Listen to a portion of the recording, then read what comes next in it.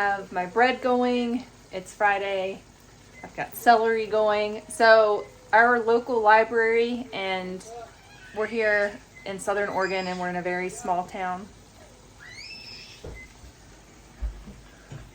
Aaron's leaving with the two little ones to go pick up the big kids from summer camp, and Bodhi is just not happy. He's at that age where he wants to control getting in the car seat, but a lot of times we're like, you're not in control of the situation, we are. So that's a toddler for you. So I'm dealing with the celery over here, and then we also got some apples. What I was saying was the food bank brings food out to our tiny little community out here in the boondocks once a week in the summertime. They bring produce out, and it goes grossly underused. The produce person shows up, and in years past, not that many people utilized it. We've always utilized it off and on. This year, I've been terrible about going there. I went there yesterday. I was a little bit late, so I missed the boat on the good stuff. They had like flats of strawberries and all kinds of good stuff, but I did get a flat of apples and a flat of celery, so that's what we're doing now. I have 3 pounds of meat that I'm cooking right here, and this is the meat that I got from the farmer's market. Tomorrow is the farmer's market again, so what I think I might do is go back tomorrow, and instead of going to Fred Meyer's and Walmart for meat, I'm going to go to the farmer's market, go directly to the farmer, and I'm going to buy like $100 or so worth of ground meat for the rest of the month, because we go through probably 3 to 5 pounds of beef or ground beef a week, sometimes more, sometimes less. Well, within 3 to 5 pounds. So this is 3 pounds right here. And so what I do is I cook it up plain like this, because Aaron tries to stay on carnivore diet. You know, it's not perfect right now for either one of us. And I notice my inflammation is terrible, but when I eat more of a carnivore, which is fruits and meat and fruit, that I do a lot better inflammation-wise, autoimmune-wise. And Aaron notices he wears a Whoop strap, and I used to wear it, but I canceled it because I just did. But he wears a Whoop strap to monitor all of his stats, and it works really, really well to tell him what his sleep recovery is, what his output is every day, like what his, what do you call it? I don't know. It has like resting heart rate, you know, all the things. Heart rate variability, all that kind of stuff. And it tells him his recovery as well as his exertion for the day. So he can tell that when he doesn't eat carnivore, he is in the red, he is not doing well, he gets a lot more inflammation, he doesn't sleep well at night, his recovery is awful. But when he eats carnivore, he's often in the green, and he just does really, really well.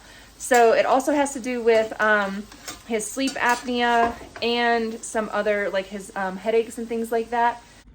Okay, so this got seasoned with some real salt here, and I will link that down below in the description for you. 10% off of real salt, made and mined in Utah. So you definitely want to get that USA mined salt. It's very good.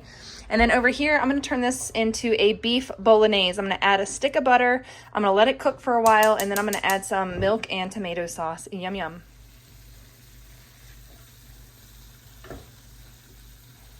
Let that cook for a little bit.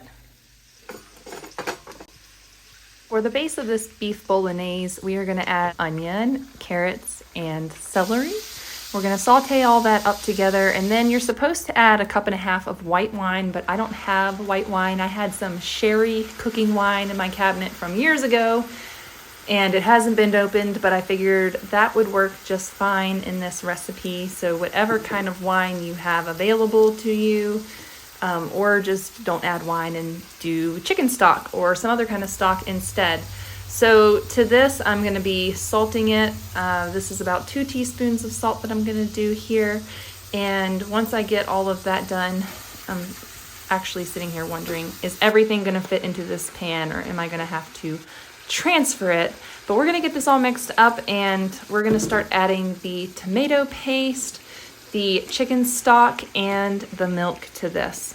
And because I bought 3 blocks of cream cheese a few months back and I have no other reason to use them, I've been trying to find ways to incorporate them into meals. So I'm gonna go ahead and add half a block of cream cheese into this bolognese. I know it's not the usual. I actually don't really have any other cheeses to add to this. I have some Parmesan in the fridge, but this called for a different type of cheese, but I'm just gonna use what I have.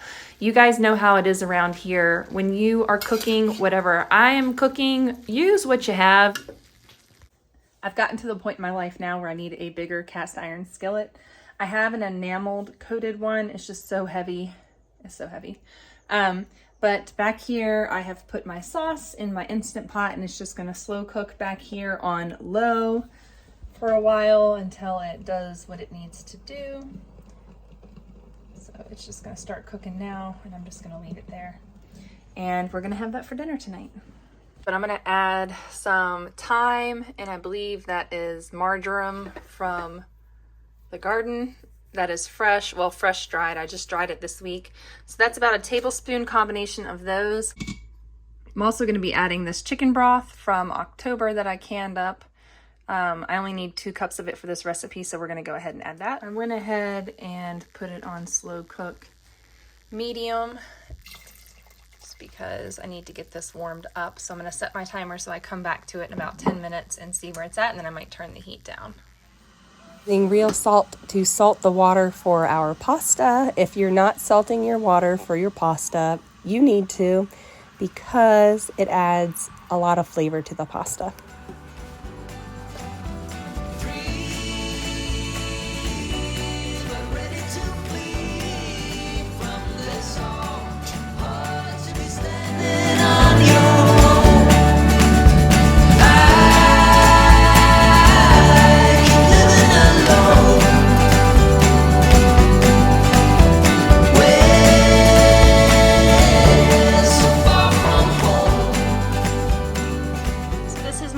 In the kitchen, and this is what I have in here. I just now put these 4 quarts, 4 quarts of chopped celery in here. I also have some butternut squash pasta sauce, as well as more celery back there. And then I also chopped up a bunch of peppers, a bunch of onions. So I've got a lot of things like that. Some more butternut squash soup. This is like a base for sauces and soups and just whatever. And then I have a bag of tomatoes. So keeping things like that in my freezer makes mealtime easy. I just add a bag of these, or half a bag depending on the recipe. There's the kielbasa back there that I need to cook up at some point. I went ahead and popped them in the freezer just so I would have them. Here's the lard that I can up. And then here is also the pate that I can up. And then both of these items are frozen, and then we pull them out as we need in our stock. And then I have some frozen sourdough back there, some more pig lard, and then some things that I need to get rid of, more pig lard. But these have been in the freezer for probably a few years. So these calamari rings need to go. We never used them because they were for frying, so I don't know what to do with those. I could give them away, but I think they're just really old. And then down here we have an ice pack, some ice cream for Aaron's birthday, frozen cherries. We've got some frozen store-bought burritos, Brussels sprouts, a big old bag of butternut squash that I like to throw in soups and everything. And then we just have some sausage, some different meats and things that I keep in here on hand for quick preps. Over here we got all of our vegetables. Here's some more red peppers that I need to throw up. These are the ones I diced up yesterday. And then just some vegetables. I have more vegetables and fruit in the outside bread that I cube up and put in bags. A big old bag of frozen elderberries back there, but we have a bunch of fruits and vegetables, much like these, in our freezer outside. So go. Now you know what I keep in my kitchen freezer. Okay, so I'm gonna show you what we had for dinner tonight. This is the pasta that I made, and this is basically, this was bolognese. It needs to be stirred up, but bolognese with penne. The kids had it with a little bit of this Parmesan on it, and it was good. If you've all noticed in some of my videos, I have kind of the same garden attire. And I'm gonna tell you why.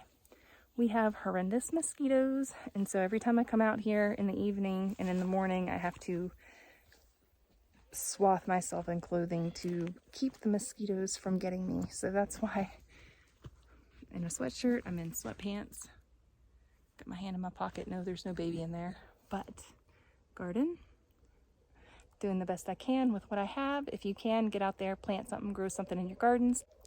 Be sure you give this video a like, and if you haven't already subscribed to this channel, on this channel I love to share with you all about holistic homemaking, lifestyle, and parenting.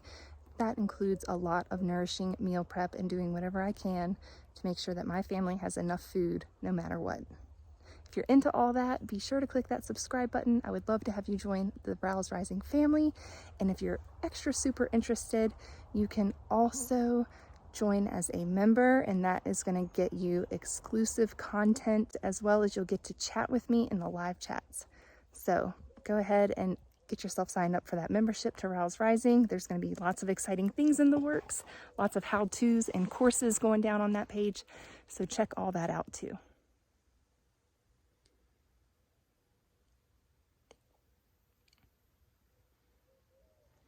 Oh yeah, one thing I did want to tell you all is, instead of piling all of my weeds up everywhere, well, besides that pile, I had way too many weeds right there. What I'm doing is I'm just throwing the weeds back on the ground and letting them compost. Like if they root down, I don't care, as long as they're not rooting down and crowding out my vegetable plants. But I'm just throwing everything into the aisles and letting it get dry, letting it rot. And then that is how I am just desert composting my garden, because here in the Pacific Northwest where we are, where we don't happen to get a lot of rain, you can't really compost things easily unless you're watering them every day. And I don't really have water, with everybody's wells drying up, to be wasting. So we're very careful about our water consumption. That is why you see me hand water this whole garden. I'm not going to put a sprinkler in and just willy-nilly sprinkle, you know, and I'm not going to invest yet in those drip lines. So we do the hand watering so that we don't waste water, and it's working really well. Thank you guys so much for watching this. Until next time, bye.